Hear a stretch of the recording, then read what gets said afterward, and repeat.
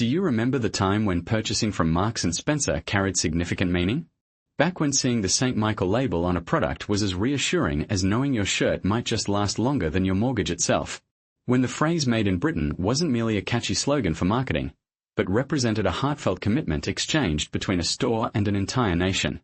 For more than 100 years, Marks & Spencer served not merely as a retail establishment, but as the pulsing center of British quality, a destination where families of all economic statuses could acquire durable clothing and affordable luxuries.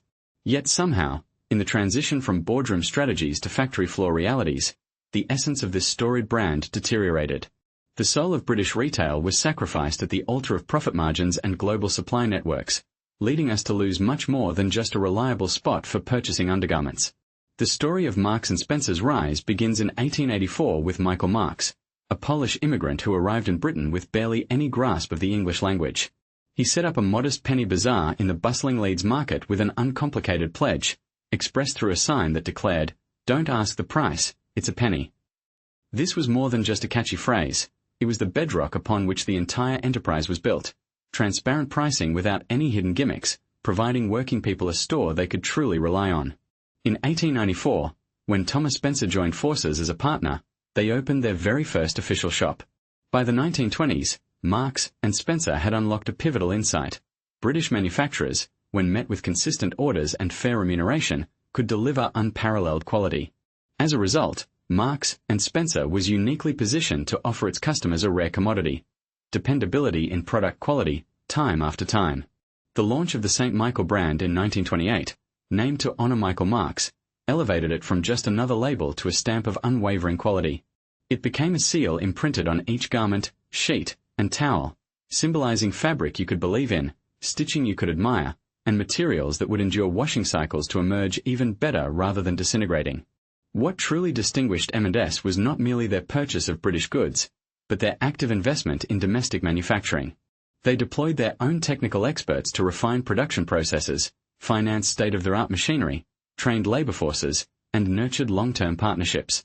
By the 1950s, M&S had become a staple for 1 in every 3 British households for underwear purchases and was responsible for 30% of all clothing exports from the United Kingdom.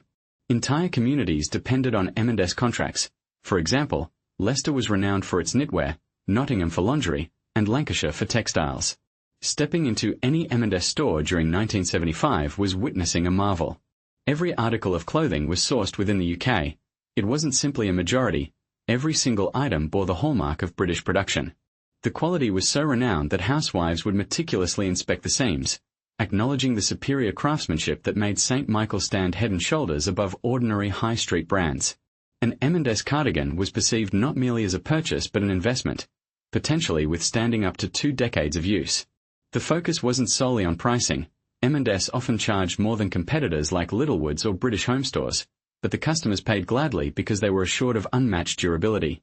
The purchase of a jumper meant it would outlast 3 from any other retailer, and those sheets were practically a promise of surviving through countless rounds of weekly laundering. Marks & Spencer, popularly known as M&S, was synonymous with quality, and they constantly lived up to that promise. But the bond with their customers extended far beyond mere transactions. It was built on trust and shared values. M&S was a trailblazer in staff welfare, introducing initiatives like pensions and healthcare long before they became the standard practices in the retail industry. They staunchly avoided selling products on credit, motivated by the belief that they should not contribute to the financial burdens of working families who could get trapped in debt. These practices and policies were deeply rooted in values that were quintessentially British. Concepts like fairness, a commitment to quality, and doing things the right way were not just corporate ideals but a part of the brand's identity. By the time 1998 rolled around, M&S had reached the zenith of its success. Their pre-tax profits soared to an impressive £1.2 billion, a figure that highlighted their dominant position in the retail market. On the stock market, the company's value ballooned to £14 billion, solidifying its stature as the UK's most valuable retailer by a significant margin. The presence of an M&S store was almost a given on every high street across Britain. In many towns, it wasn't just a store, it was the heartbeat of the high street, the anchor that attracted both customers and other businesses alike. The leadership at M&S was confident that they had cracked the code for eternal success. An unwavering focus on British manufacturing, consistent quality, and an ever-loyal customer base seemed like a winning combination. However, underneath the surface of their triumph lay a perilous hubris. It wasn't a single poor choice that led to their downfall, but rather a creeping arrogance that blinded them to the changing tides, planting the seeds of an inevitable disaster. In 1998, buoyed by skyrocketing profits, the decision-makers in the M&S boardroom took a step that would leave an indelible mark on the company's future. They reviewed their supply chain and saw issues that they believed required immediate attention. The British factories they had long relied upon were costly due to skilled workers demanding fair wages and meticulous quality control processes that consumed valuable time. Meanwhile, enticing offers came from factories in Morocco, Sri Lanka, and China, promising to deliver the same garments at a dramatically reduced cost. Armed with reports from the accountants, which presented numbers too tempting to ignore, M&S embarked on a course that would ultimately dismantle the foundation of long-standing relationships. Over the span of 3 years, from 1998 to 2001, M&S systematically severed ties with British suppliers who had been pivotal to their operations for generations. Entire communities, having thrived on the lifeblood of steady M&S contracts, found themselves abandoned, as factories shuttered and towns plunged into economic despair. The shift wasn't merely a logistical reallocation, it was a breach of trust. M&S not only shifted their production lines but also compromised on the very standards encapsulated by the St. Michael ethos. Moroccan factories weren't held accountable to the rigorous St. Michael standards. In a bid to meet aggressive cost targets, quality control measures were significantly relaxed. Fabrics became noticeably thinner, stitching less secure, and buttons transitioned from real horn to less durable, cheaper plastic. The repercussions were swift and undeniable. By the turn of the millennium, a wave of customer complaints began to inundate the company's communication channels. Knitwear items developed pilling after just a single wash, trousers betrayed their wearers by splitting at the seams, and once reliable shirts rapidly lost their shape. These were not the M&S products loyal customers had come to trust and expect. Instead of addressing these concerns, the company opted for denial, arrogantly claiming that quality remained intact and shifting blame onto customers for supposed mishandling of garments. This dismissal of genuine grievances was breathtakingly audacious. Compounding the issue was a catastrophic foray into fashion misjudgment. An idea, presumably celebrated within boardroom walls, claimed M&S needed a trendy overhaul. Consequently, their signature classic and dependable designs were discarded, replaced by efforts to inject a forced sense of coolness into the brand. The transformation resulted in utter chaos. Outlandish cardigans in shades of lime green and bright pink now lined the racks, while trousers featured bizarrely placed zips that baffled rather than delighted. These attempts at trendiness appeared more desperate than innovative, alienating the customers who had been the bedrock of M&S, a demographic primarily consisting of women in their 50s and 60s, who entered the stores only to find an alien landscape. The familiar sense of style and quality they cherished had vanished, supplanted by items that seemed cheap and foreign. And yet, the newly introduced styles weren't edgy or modern enough to attract the younger demographic. For teenagers and those in their 20s, M&S remained firmly associated with their grandparents' shopping habits, and no amount of fluorescent cardigans could alter that perception. In this bid to capture a broad audience, M&S managed to alienate everyone instead. The company straddled a confusing middle ground, appearance too outdated to entice the youth, yet too garishly current for the older clientele. Amidst this identity crisis, competitors thrived by clearly defining and executing their brand visions. Next seamlessly blended affordability with style, Zara excelled at turning runway inspirations into wearable fashion, and even Primark, with its razor focus on being budget-friendly, clearly understood its market. M&S floundered, lacking clarity or direction. The clothing racks became a smorgasbord of mismatched styles, appealing to no one. Unsurprisingly, sales nosedived, and by 2001, profits had been slashed in half, triggering a freefall in stock prices. But perhaps the most significant offense was not just the poorly executed fashion overhaul. It was the degradation in quality that struck the hardest blow. That iconic promise, the trust that St. Michael once embodied, lay shattered. In the world of retail, losing consumer trust is devastating, and the journey to regain it is fraught with challenges. Nestled atop these mounting issues was a looming crisis in their digital strategy. As competitors surged forward, embracing the online retail revolution, M&S lagged embarrassingly behind, seemingly frozen in a bygone era, hopelessly tethered to 1985 while the rest of the world forged into the future. When Amazon made its debut in Britain back in 1998, Marks & Spencer paid little attention to it, brushing it off as an insignificant player. 2 years later, when ASOS ventured into the online fashion market, M&S once again dismissed the move, labeling it a passing trend that would soon fade. At that time, M&S had launched their first website, which turned out to be a source of embarrassment. It was rudimentary and far from the polished online presence their competitors were building. Customers couldn't even purchase clothing online until 2001, and even then, the process was cumbersome and plagued with technical issues. In stark contrast, other retailers were forging ahead, creating formidable digital empires.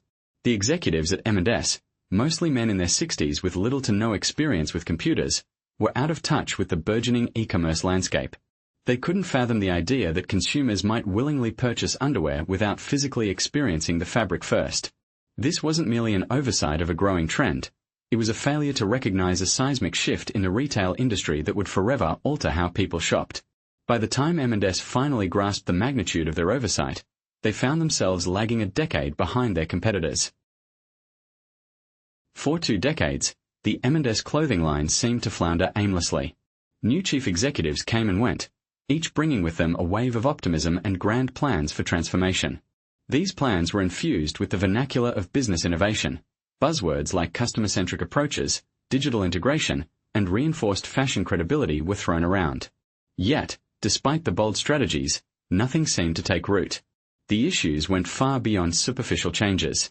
At its core, M&S had lost touch with its own identity, struggling to adapt to the fast-evolving retail landscape and connect with a modern customer base. They found themselves at a crossroads, unsure of what they truly represented beyond being the go-to store for the older generation. As if clothing wasn't facing enough challenges, an unexpected phenomenon was taking root in another sector of their business. Their food division was quietly orchestrating a remarkable transformation.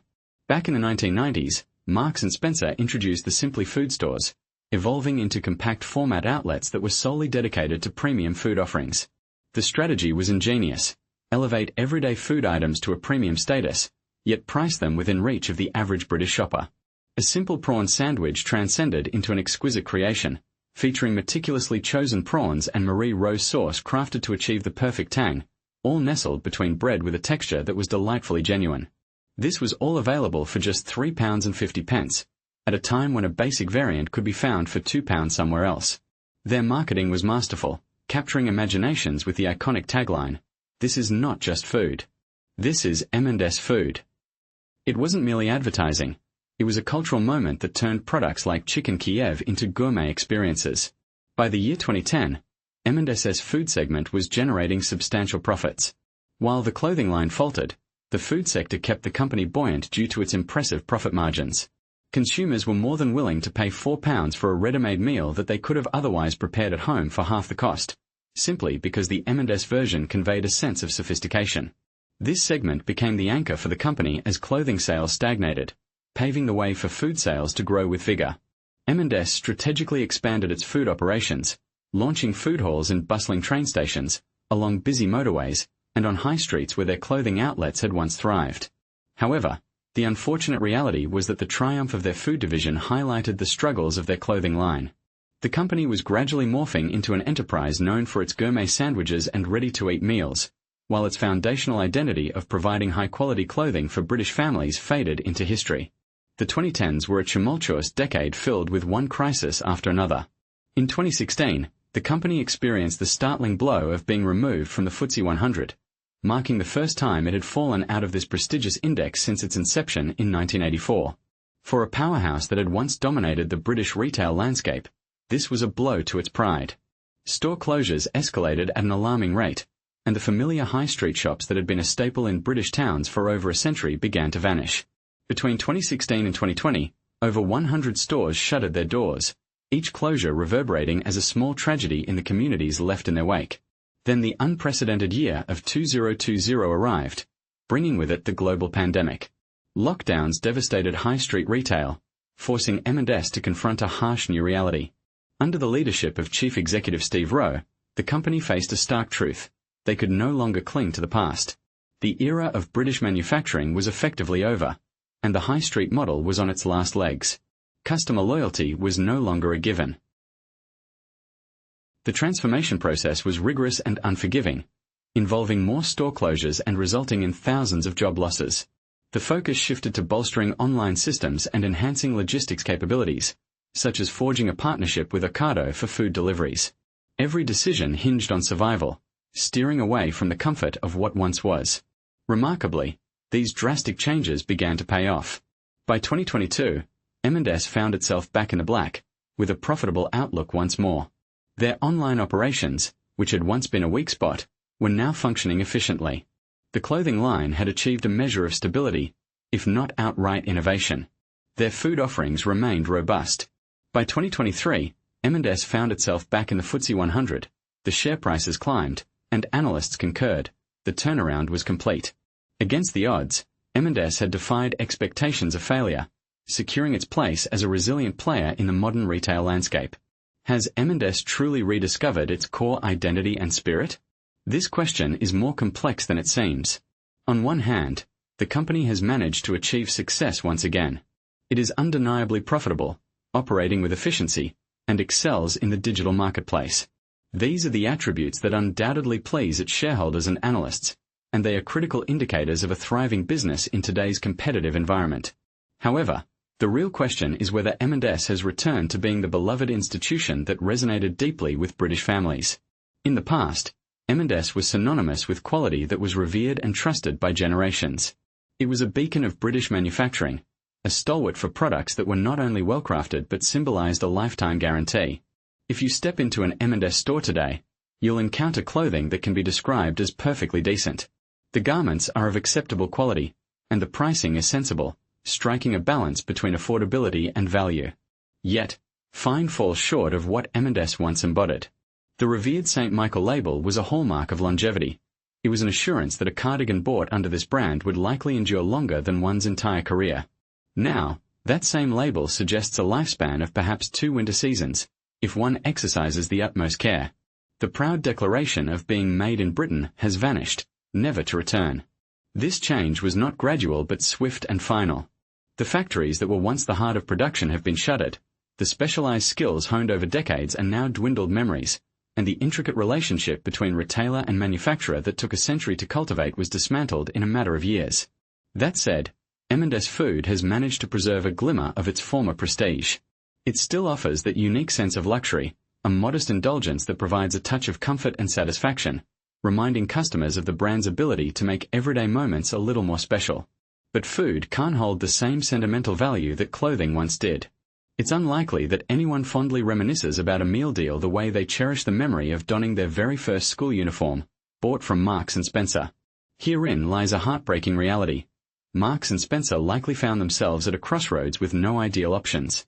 They faced a dilemma: either remain committed to British manufacturing and risk a slow demise, unable to compete with global pricing, or evolve with the times to stay afloat, thereby sacrificing the unique qualities that once defined them. In opting for survival, M&S inadvertently contributed to the loss of something deeply valued by many. We lost not merely a retail store but a bastion of principles we once held dear. We believed fervently in prioritizing quality over affordability, in the durability of items rather than their disposability, in the pride of craftsmanship and doing things correctly. Ultimately, Marks & Spencer survived by transforming into a standard retailer, highly professional, streamlined, yet undeniably ordinary. This strategic shift secured the company's future but extinguished the essence that once made it significant. And now, in a charity shop somewhere, you might stumble upon a St. Michael cardigan from 1975, still impeccable even after 5 decades. It stands as a poignant tribute to a level of quality that feels irretrievably lost to time. Do you remember the days when shopping at M&S held a deeper meaning? We invite you to relive your memories by sharing them in the comments below. If this nostalgic journey through the past of British retail resonated with you, don't forget to hit that subscribe button for a continuous stream of stories celebrating the Britain of yesteryears.